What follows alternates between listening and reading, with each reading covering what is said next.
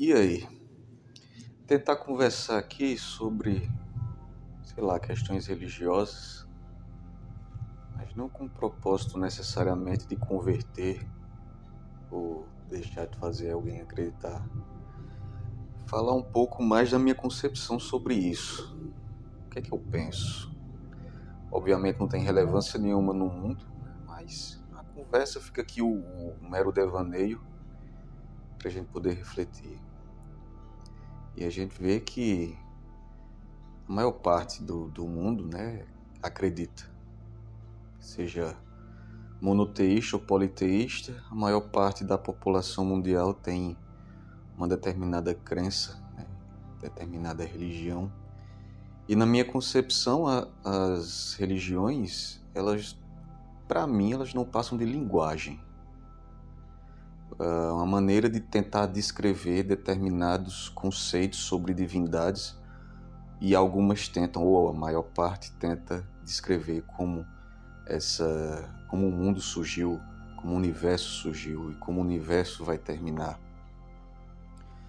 E aí uma vez eu fui questionado, né, dessa questão, no fato de eu não ter uma religião específica e eu precisar explicar que para mim as religiões elas são linguagens, as pessoas tentando utilizar de estéticas e linguagens próprias da cultura para tentar explicar alguma coisa ou tentar alcançar alguma divindade através dessa linguagem, seja nas músicas, na maneira de vestir, seja nos comportamentos.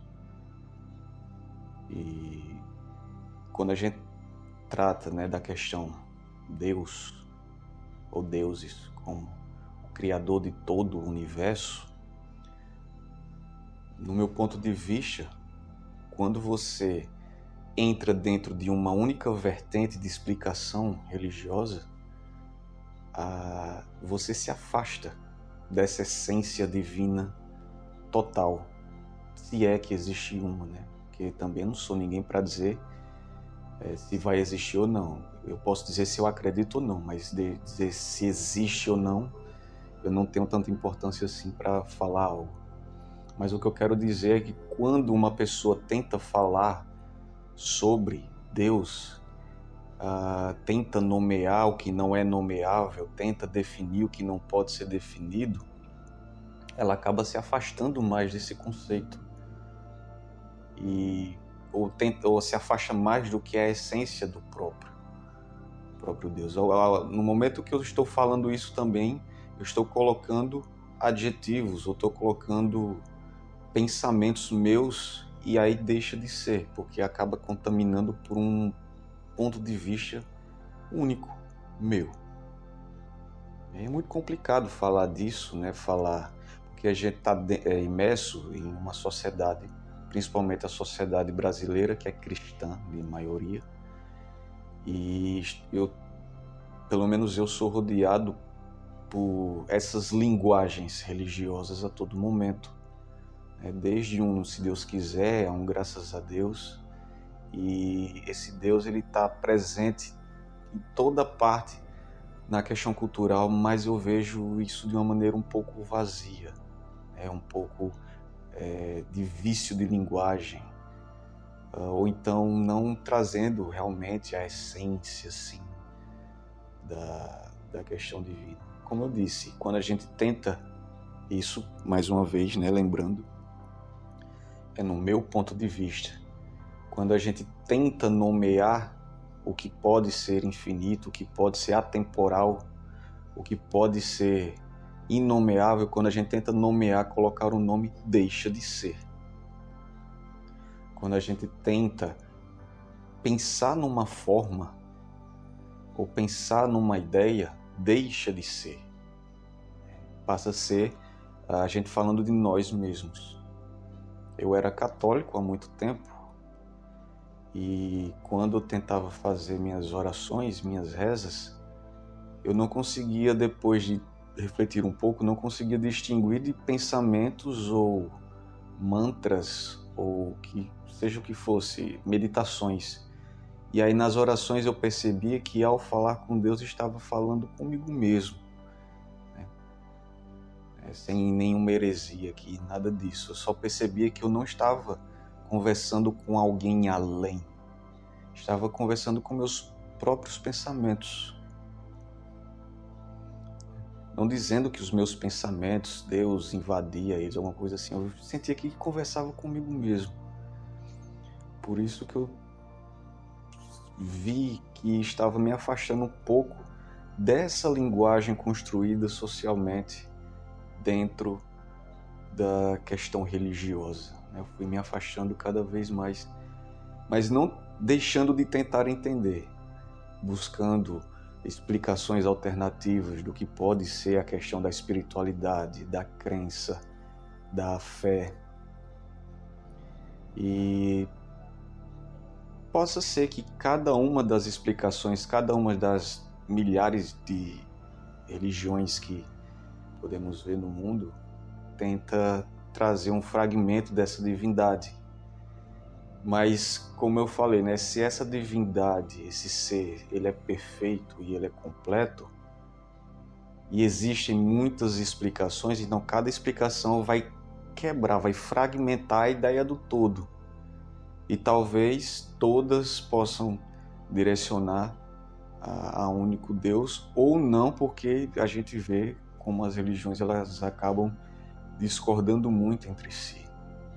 Inclusive, até a vertente cristã, que você tem os católicos, os protestantes, e aí você tem Testemunha de Jeová, tem os espíritas, todos eles são cristãos.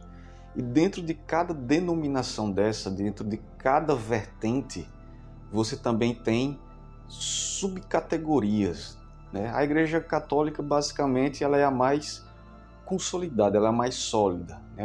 A Igreja Católica daqui vai ser muito parecida com a Igreja Católica do outro lado do país. Mas as igrejas neopentecostais, as protestantes, você vê que a cada esquina já tem pensamentos diferentes. E esses pensamentos nada mais são do que construções de linguagem. É como eu vou descrever aquele Deus que eu acho que é. E aí acaba resumindo-se a isso. O Deus que eu acredito é aquele Deus que eu acho que é verdadeiro para mim. E aí acabo vendo que o Deus que eu acho que é para mim trata-se daquele que é o meu próprio pensamento, é o meu próprio jeito de ver as coisas, é minha própria maneira de perceber e de refletir sobre o mundo. E a minha visão, por exemplo, de Jesus Cristo.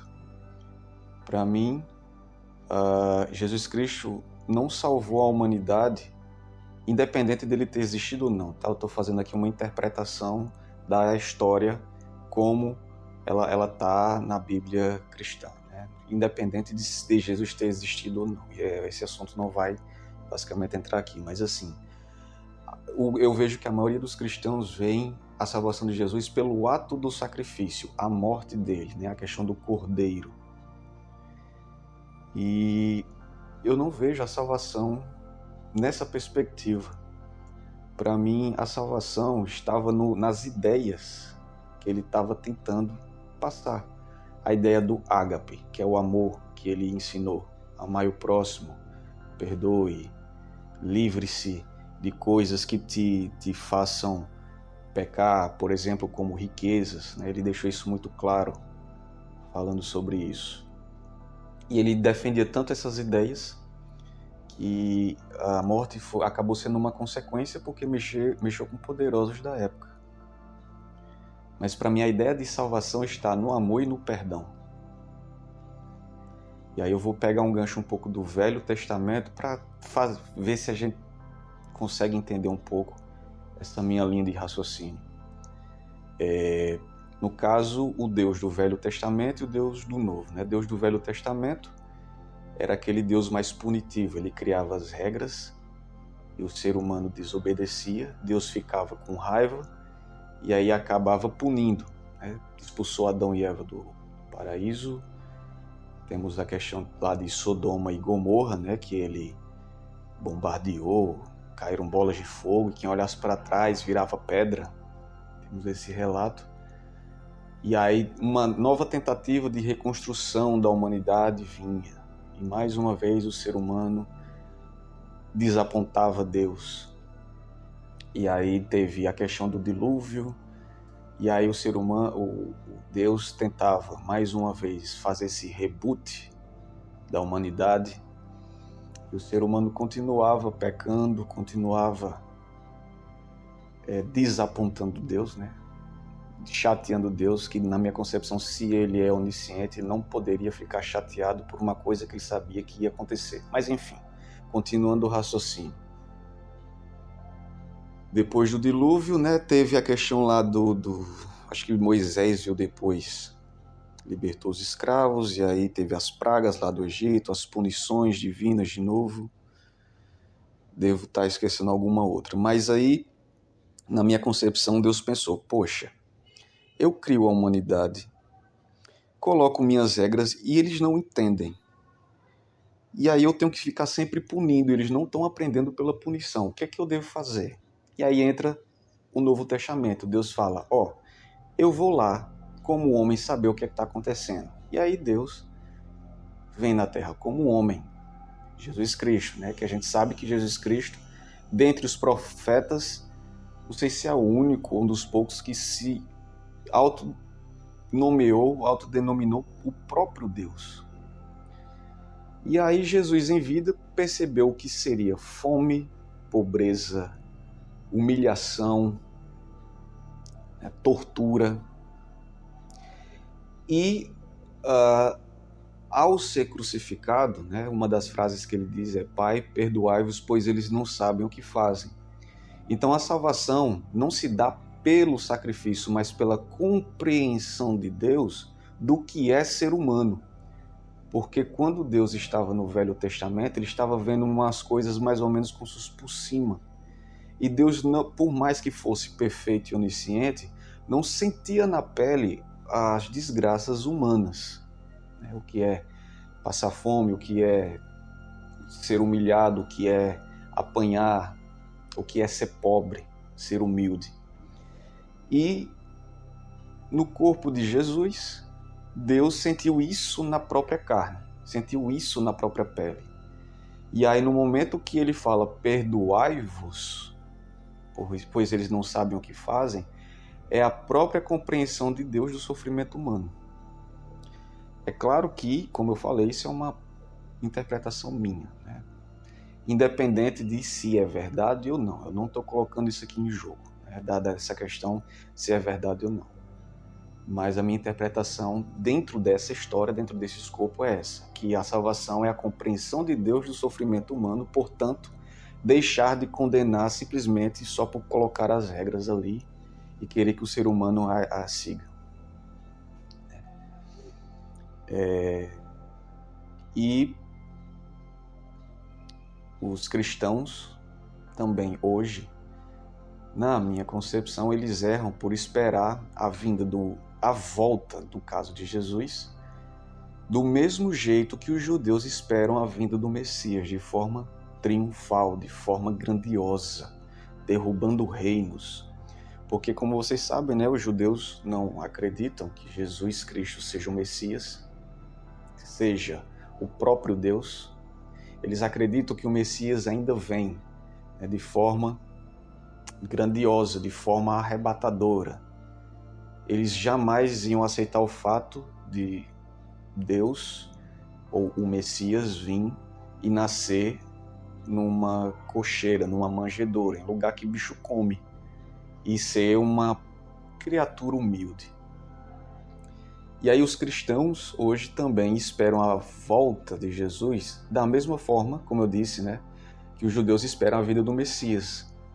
E quem sabe Jesus tenha tentado voltar várias vezes e tenha morrido de fome na África, ou de uma bala perdida no Rio de Janeiro, ou tenha morrido, sei lá, esquecido em algum lugar.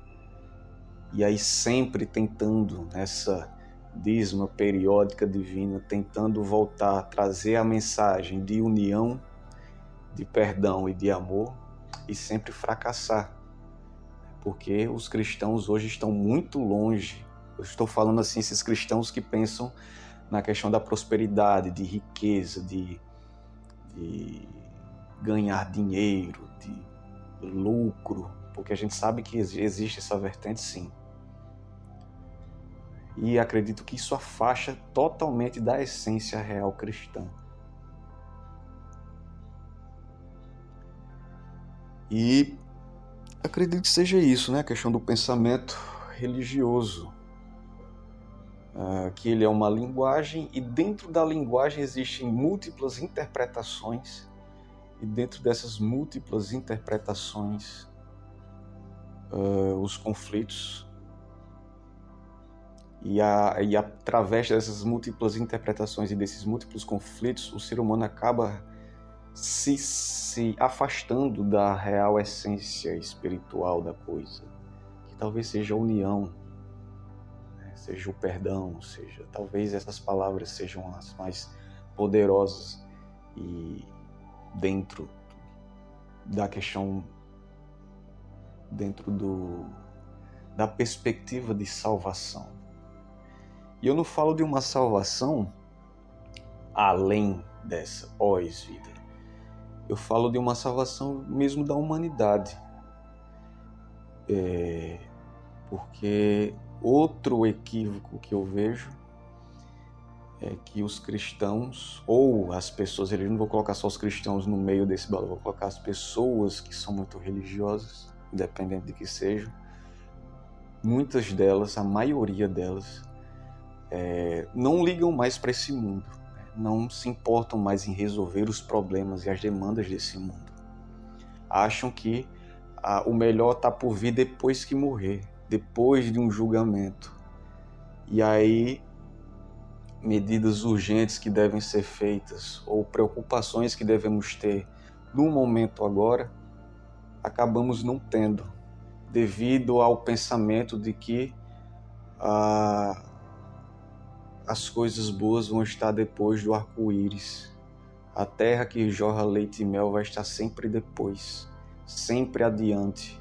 E a gente fica eternamente esperando uma volta, a volta de Jesus, ou a vinda de um Messias, ou que venha um Salvador na terra, e a gente fica postergando isso. O ser humano fica sempre nesse giro eterno de achar que as coisas vão se resolver sempre depois, e a gente fica nesse lamento agora, nessas dificuldades da vida. Pois bem, meu pensamento de hoje foi esse. Espero que não tenha prolongado demais aqui. Sabe como é, né? Só um mero devaneio tolo. Obrigado pela sua atenção e até uma próxima, quem sabe. Obrigado.